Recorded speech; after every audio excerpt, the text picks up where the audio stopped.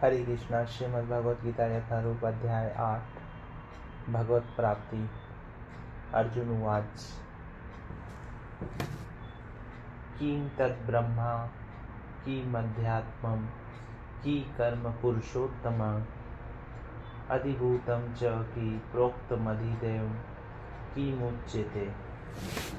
अर्जुन ने कहा, हे भगवान, हे पुरुषोत्तम, ब्रह्मा क्या है, आत्मा क्या है, सकाम कर्म क्या है, यह भौतिक जगत क्या है तथा देवता क्या है, कृपया करके यह सब मुझे बताइए। तात्पर्य: इस अध्याय में भगवान कृष्ण अर्जुन के द्वारा पूछे गए ब्रह्मा क्या है आदि प्रश्नों का उत्तर देते हैं। भगवान कर्म, भक्ति तथा योग और शुद्ध भक्ति की भी व्याख्या करते हैं। श्रीमद् भागवत में कहा गया है कि परम सत्य ब्रह्मा, परमात्मा तथा भगवान के नाम से जाना जाता है। साथ ही जीवात्मा या जीव को ब्रह्मा भी कहते हैं।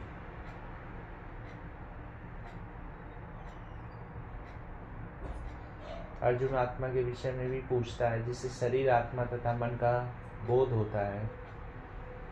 वैदिक कोश निरुक्त के अनुसार आत्मा का अर्थ मन, आत्मा, शरीर तथा इंद्रियां भी होता है। अर्जुन ने परमेश्वर को पुरुषोत्तम या परम पुरुष कहकर संबोधित किया है, जिसका अर्थ यह होता है कि वह ये सारे प्रश्न अपने एक मित्र से नहीं अपितु परम पुरुष से उन्हें परम प्रमाण मानकर पूछ रहा था, जो निश्चित उत्तर दे सकते थे।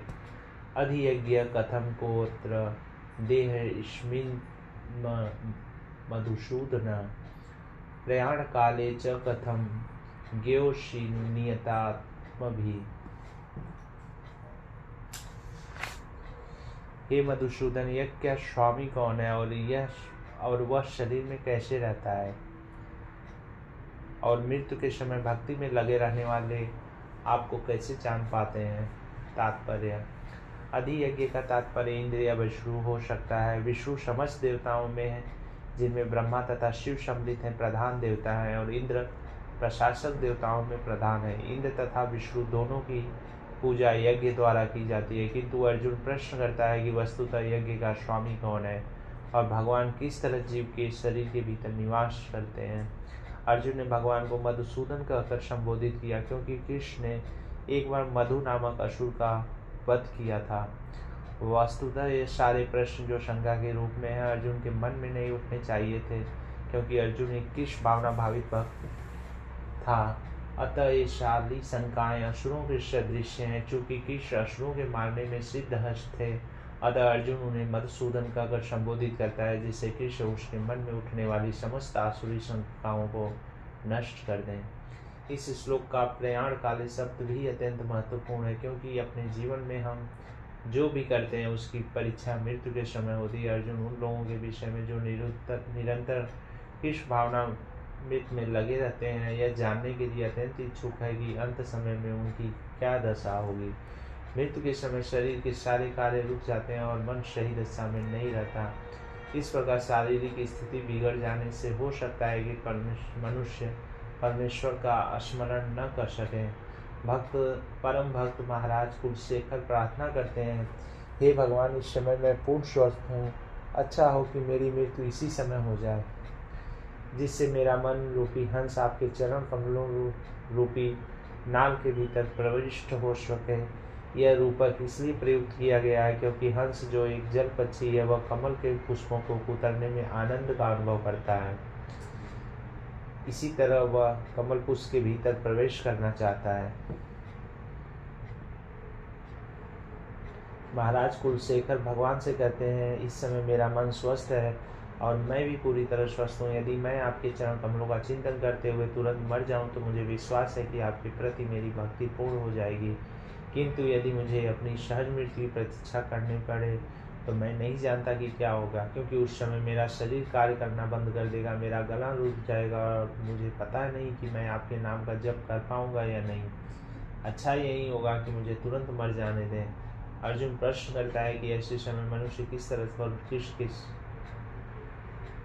चरण कमलों में अपने मन को स्थित कर सकता है।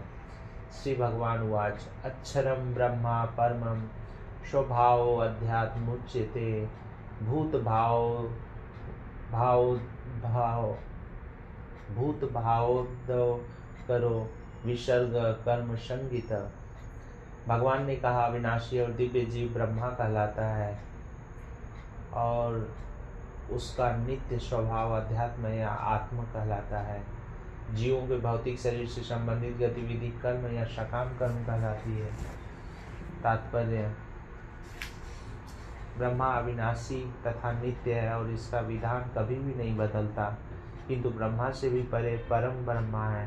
ब्रह्मा का अर्थ है जीव तथा पर ब्रह्मा का अर्थ है भगवान। जीव का स्वरूप भौतिक जगत में उसकी स्थिति से भिन्न होता है।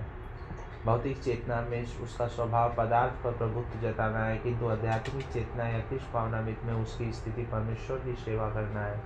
जब जीव भौतिक चेतना में होता है तो उसे इस संसार में विभिन्न प्रकार के शरीर धारण करने पड़ते हैं। यह भौतिक चेतना के कारण कर्म तथा विविध सृष्टि कहलाता है।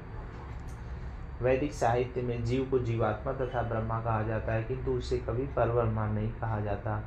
जीवात्मा विभिन्न स्थितियां ग्रहण करता है। कभी वह अंधकारपूर्ण भौतिक प्रकृति से मिल जाता है और पदार्थ को अपना स्वरूप मान लेता है, तो कभी वह परा आध्यात्मिक प्रकृति के साथ मिल जाता है, इसलिए वह परमेश्वर की तटस्थता शक्ति कहलाता है। भौतिक या आध्यात्मिक प्रकृति के साथ अपनी पहचान के अनुसार ही उसे भौतिक या आध्यात्मिक शरीर प्राप्त होता है।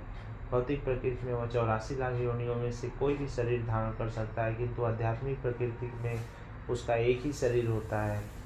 भौतिक प्रकृति में वह अपने कर्म के अनुसार कभी मनुष्य रूप में प्रकट होता है, तो कभी देवता, पशु, पक्षी आदि के रूप में प्रकट होता है।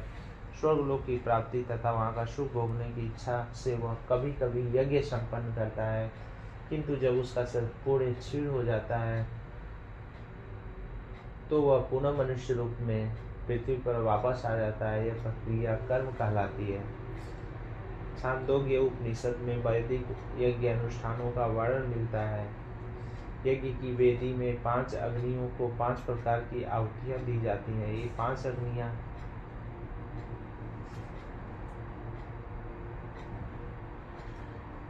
स्वर्गलोक, बादल, पृथ्वी, मनुष्य तथा स्त्री रूप मानी जाती हैं। और श्रद्धा, सोम, वर्षा, अन्न तथा वीर्य, ये 5 प्रकार की आहुतियां हैं। यज्ञ प्रक्रिया में जीव अभिष्ट स्वर्ग लोगों की प्राप्ति के लिए विशेष यज्ञ करता है और उन्हें प्राप्त करता है। जब यज्ञ का पूर्ण क्षीण हो जाता है तो जीव पृथ्वी पर वर्षा के रूप में उतरता है और अन्न का रूप ग्रहण करता है। इस अन्न को मनुष्य खाता है, जिससे वह वीर्य में परिणित होता है, जो स्त्री के गर्भ में जाकर फिर से मनुष्य का रूप धारण करता है। यह मनुष्य पुनः यज्ञ करता है और पुनः वही चक्र चलता है। इस प्रकार जीव शाश्वत रीति से आता और जाता रहता है, किंतु कृष्ण भावना भावित पुरुष ऐसे यज्ञों से दूर रहते हैं। वह सीधे कृष्ण भावनामित ग्रहण करता है और इस प्रकार ईश्वर के पास वापस जाने की तैयारी करता है। भगवद गीता के निर्विशेषवादी भाष्यकार बिना कारण कल्पना करते हैं कि इस जगत में ब्रह्मा जीव का रूप धारण करता है और उसके समर्थन में वे गीता के 15वें अध्याय के 7वें श्लोक को उद्धत करते हैं, किंतु इस श्लोक में भगवान जीव को मेरा शाश्वत अंश भी कहते हैं। भगवान का यह अंश जीव भले ही भौतिक जगत में आ गिरता है, किंतु परमेश्वर अच्युत कभी नीचे नहीं गिरता। अतः यह विचार है कि ब्रह्मा जीव का रूप धारण करता है, ग्राहा नहीं है। यह स्मरण रखना होगा कि वैदिक साहित्य में ब्रह्मा जीवात्मा को पर ब्रह्मा परमेश्वर से पृथक माना जाता है। अधिभूतम क्षरो भाव पुरुषवादि दैवतम आदि यज्ञो हमेवात्र देहे देह भृतांबर। हे देहधारियों में श्रेष्ठ, निरंतर परिवर्तनशील यह भौतिक प्रकृति अधिभूत कहलाती है। भौतिक अभिव्यक्ति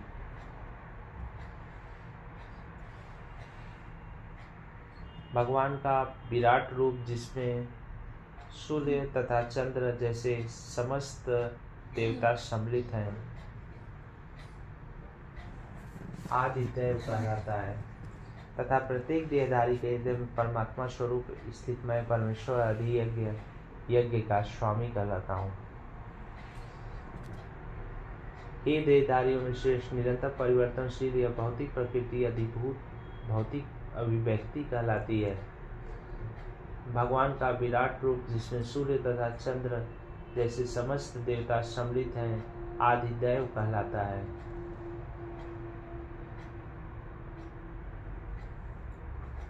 तथा प्रत्येक देहधारी के हृदय में परमात्मा रूप स्वरूप स्थित मैं परमेश्वर आदि यज्ञ का स्वामी कहलाता हूँ।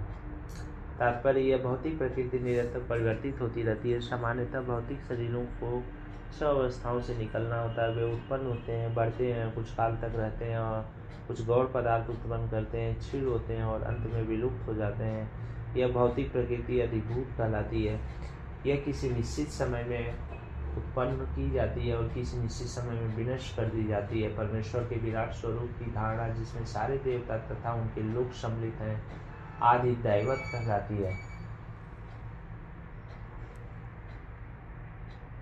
प्रत्येक शरीर में आत्मा सहित परमात्मा का वास होता है, जो भगवान कृष्ण का अंश स्वरूप है। यह परमात्मा अधियज्ञ कहलाता है और हृदय में स्थित होता है। इस श्लोक के प्रसंग में यह शब्द अत्यंत महत्वपूर्ण है, क्योंकि इसके द्वारा भगवान बल देकर कहते हैं कि परमात्मा उनसे भिन्न नहीं है। यह परमात्मा प्रत्येक आत्मा के पास आसीन है और आत्मा के कार्यकलापों का साक्षी है तथा आत्मा की विभिन्न चेतनाओं का उद्गम है। यह परमात्मा प्रत्येक आत्मा को मुक्त भाव से कार्य करने की छूट देता है और उसके कार्यों पर निगरानी रखता है। परमेश्वर के इन विविध स्वरूपों के सारे कार्य उस कृष्ण भावना भावित भक्त को स्वतः स्पष्ट हो जाते हैं, जो भगवान की दिव्य सेवा में लगा रहता है।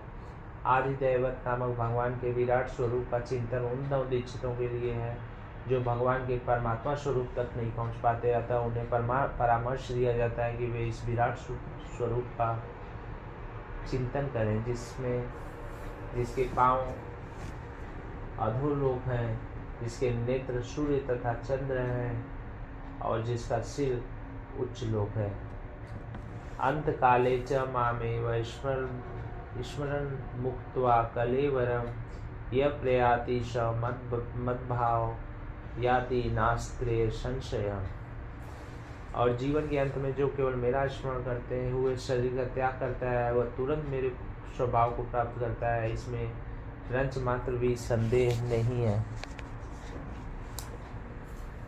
तात्पर्य, इस श्लोक में कृष्ण भावनामृत की महत्ता दर्शित की गई है। जो कोई भी कृष्ण भावनामृत में अपना शरीर छोड़ता है, वह तुरंत परमेश्वर के दिव्य स्वभाव मद्भाव को प्राप्त होता है। परमेश्वर सुधाति शुद्ध है, अतः जो व्यक्ति कृष्ण भावना भावित होता है वह भी सुधाति शुद्ध होता है। स्मरण शब्द महत्वपूर्ण है। श्री कृष्ण का स्मरण उस अशुद्ध जीव से नहीं हो सकता जिससे भक्ति में रहकर कृष्ण भावनामृत का अभ्यास नहीं किया।